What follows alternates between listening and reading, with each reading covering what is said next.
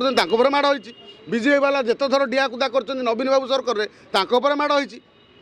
जिते आईन को किए हाथ को नवा चेष्टा कर लाठीचारण हम हुए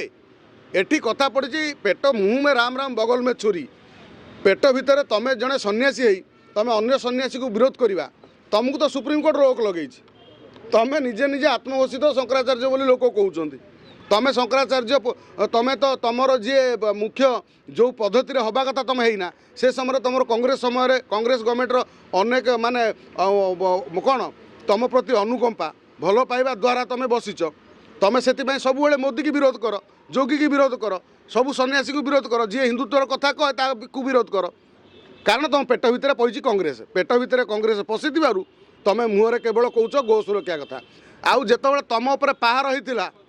केबे 14 मसीह कहीं कांग्रेस से तो विरोध करूला केतले से विरोध करूला एवं अखिलेश यादव पलि आइला कांग्रेस पलि आइले सबू कहले साधु उपर अन्याय होची अरे जी कौन हिंदू धर्म गोटे धर्म नुह सी आसिक धर्म ज्ञान आमको दब जी कौन हिंदू धर्म गोटे धर्म नुह डेंगू मलेरिया कहते जो दलटी से दल आसिक हिंदू धर्म उपर आमको ज्ञान दब कि आउ अभिमुक्तेश्वर नंद सरस्वती पेट भितर कांग्रेस पुराई आउ तुम मोदी की भीतर विरोध कर विरोध रखिकी तुम जाच मोदी केवे ये भारत वर्ष गो हत्या बंद हो पार नहीं कारण मुस्लिम लीग हवा जाऊँगी कांग्रेस आ बीजेपी हवा जाऊँगी कांग्रेस कांग्रेस हवा जाऊँगी मुस्लिम लीग ना बर्तमान मुस्लिम लीग जहाँ करूला कहूला बर्तमान कांग्रेस से कथा कहूँ बीजेपी बर्तमान कांग्रेस से जहाँ विभाजन सृष्टि करूला केवल भोट नवा भोट राजनीति करूला बीजेपी बर्तमान से बीजेपी गोरक्षक पाखु भोट नेला गो रक्षक प्रतिबदल कौन दे कहना आउ जदि एत सुरक्षा कथा कहते अभिमुक्तेश्वर सरस्वती तांकर केतरा कथार मु एकमत से कहते जो गोमाता को राष्ट्रीय पशु घोषणा कर से आउ बाहर कहीं बुलबे ना से कथा को मुझे अभिमुक्तेश्वर नंद सरस्वती को समर्थन करुँ मात्र तुम गोटे पाखिया कथा कहले हेनी तुम मुझे साधु ताले मु सबू साधु को सम्मान हाँ आम सारथी बाबा को भल पाऊना सारथी बाबा को जेल पुरिया लोक मैंने आम मैंने आम हिंदू मैंने कारण जी धर्म द्रोही करे यही आम खंडगिरी मेला आरंभ हम खंडगिरी मेलार देखिए केते नकली साधु आसवे गणमाध्यम जो भाई धज्जिया उड़ाए आपण मैंने समस्ते देखी आम मैंने देखी तेणु जो ये बाना बाबा ये बाबा जिते बाबा सब आई तेणु सबू बाबा को कम से कम जेल मुँह देखाई ना ना किंतु जो माने सचोट साधु सन्त सेबे सी केबे साधु सन्यासी को विरोध करेंगे नहीं मत आपण कहले से जो आमर बागेश्वर बाबा ये आम से जो जी दिव्यांग जड़े अच्छा रामभद्राचार्य आउर अनेक साधु सन्यासी को ये महाशय शंकराचार्य कहीं विरोध करती कहीं विरोध कर तुम तो से साधु भाया लोक तुम भाई तुम भारत वर्ष में तुम जो धर्म को लेकिन फटाफटी है बेले से मोगल पशिले से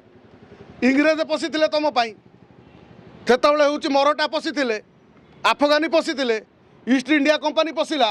सबू पशिला केवल तुम मानकर एकता ना तुम केवल धर्म को लेकिन लोक अंध कर शिखैच आउ धर्म भितर केवल केवल केमिति तुम निज पतियारा रख हणा खाती जो मैंने भल पाती धर्म धर्म कही आपण कथा चली जाती से बली पड़ जाती किंतु तुम ये जो हट करुच ये हट हूँ गोटे गोटे नकली हट ये गोटे छलनार हट ये केबे साधु हट नुह ये गोटे ढोंगीर हट भाया लगुच ये केवल गोटे राजनीतिर करने ये बदनाम करने हुए तो बीजेपी भितर ये गोटे जोगी को षड्यंत्र करने ये गोटे साजिश होता पारे मोर कहवा कथा जदि भी आज बीजेपी सरकार अच्छी सेठी जदि जड़े साधु हट कर तेणु तांकु बुझाबुझी कर दिंतु आपण हिंदुत्वर ठिकादार बीजेपी साजिश राज्य रे ना देश में तेणु आपड़ जदि सी भी जड़े साधु जदि भी सी भितर कौन पेट भितर कांग्रेस रखु सी जहाँ रखु तेणु सी जहाँ भी जड़े साधु तांकु बुझे बाजे हट भांगी तांकु क्षमा प्रार्थना करके नहीं आसतु आ सी जो कहते जोगी आसिले मु उठिबी से कथा ठीक नुह तेणु महाराज आपण क्षमा करूँ जोगी कहीं आपन को जीवे आपन तो जोगी की सन्यासी मानती नहीं तेणु जोगी की आप मठ महत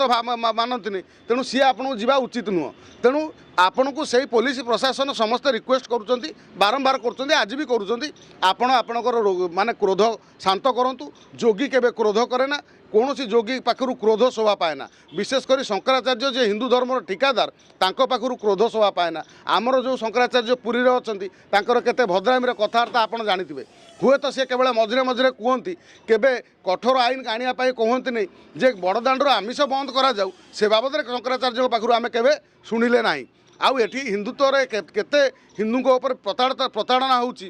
କେତେ ବାଂଲାଦେଶୀ ରୋହିଙ୍ଗ୍ୟା ଏଠି ଆସି ଘର ଜନବସତି ସ୍ଥାପନ କରିଛନ୍ତି, ତା ଭିତରେ ଆପଣ କେବେ କୁହନ୍ତିନି। କେତେବେଳେ ପଦେ ଅଧେ କୁହନ୍ତି। ଶଙ୍କରାଚାର୍ଯ୍ୟଙ୍କର କାମ ଯାହା ଆପଣ ସେୟା କରନ୍ତୁ। ଆପଣଙ୍କୁ ବଡ଼ ବଡ଼ ପଦବୀରେ ଅଛନ୍ତି, ଆପଣ ପୂଜ୍ୟ ସବୁବେଳେ। ଆପଣ ଯେଉଁ ଆଦି ଶଙ୍କରାଚାର୍ଯ୍ୟ ଯାହା କରିଥିଲେ, ଆପଣମାନେ କେବଳ ଶଙ୍କରାଚାର୍ଯ୍ୟ ନାମ ଧରିଛନ୍ତି, ପଦବୀ ପାଇଛନ୍ତି, କିନ୍ତୁ ଆପଣ ସେଭଳି କାମ କିଛି କରନ୍ତିନି। ତେଣୁ ଆପଣଙ୍କୁ ଅନୁରୋଧ, ବର୍ତ୍ତମାନ ଯେଉଁ ହଟ କରୁଛନ୍ତି ବିଜେପି ସରକାର, ଯଦି ହିନ୍ଦୁତ୍ୱର ସରକାର କଥା କହୁଛି ତାହେଲେ ବିଜେପି ସରକାର ବର୍ତ୍ତମାନ ତାକୁ ଯାଇ କମ୍ପ୍ରମାଇଜ୍ କରି ବୁଝାବୁଝି କରି ନେଇ ଆସନ୍ତୁ। ଏଇଟା ବେଶୀ ଦିନ ଚାଲିଲେ ଆମ ଭିତରେ ବିଭେଦ ଦେଖାଯାଉଛି, ହିନ୍ଦୁ ହିନ୍ଦୁ ଭିତରେ ଫାଟ ସୃଷ୍ଟି ହେଉଛି, ହିନ୍ଦୁଙ୍କ ଭିତରେ କଳି ଝଗଡ଼ା ହେଉଛି, ଏକତା କମୁଛି। ତେଣୁ ଏକତାକୁ ଅକ୍ଷୁଣ୍ଣ ରଖିବା ପାଇଁ ଯୋଗୀ ସରକାର ମଧ୍ୟ ଗୋଟେ ନିଷ୍ପତ୍ତି ନିଅନ୍ତୁ, କେମିତି ତାଙ୍କର ବଡ଼ ବଡ଼ ପଦବୀ ଅଫିସର ଥିବା ଲୋକଙ୍କୁ ପଠାଇ ସେ ସାଧୁ ହଟଟିକି ଅଭିମୁକ୍ତେଶ୍ୱର ସରସ୍ୱତୀ ସିଏ ଯାହା ବି କହୁଛନ୍ତି, ଯାହା ବି କରିଛନ୍ତି, ଆମେ ସମସ୍ତେ ପବ୍ଲିକ୍ ଲୋକ ଦେଖିଲେ, ଭାରତବର୍ଷ ଲୋକ ଦେଖିଲେ ସେ କେଉଁଭଳି ପ୍ରୋପାଗାଣ୍ଡା କଲେ। ତାଙ୍କୁ କ୍ଷମା ପ୍ରାର୍ଥନା କରି ତାକୁ ପୁନର୍ବାର ନେଇ ଆସନ୍ତୁ, ବୁଝେଇ ବାଝେଇ ଦିଅନ୍ତୁ। ଏତିକି ହେଇଗଲେ ସମାଧାନ ହେଇଯିବ, ଏ କଥାକୁ ଆଉ ନ ବଢ଼ାଯାଉ।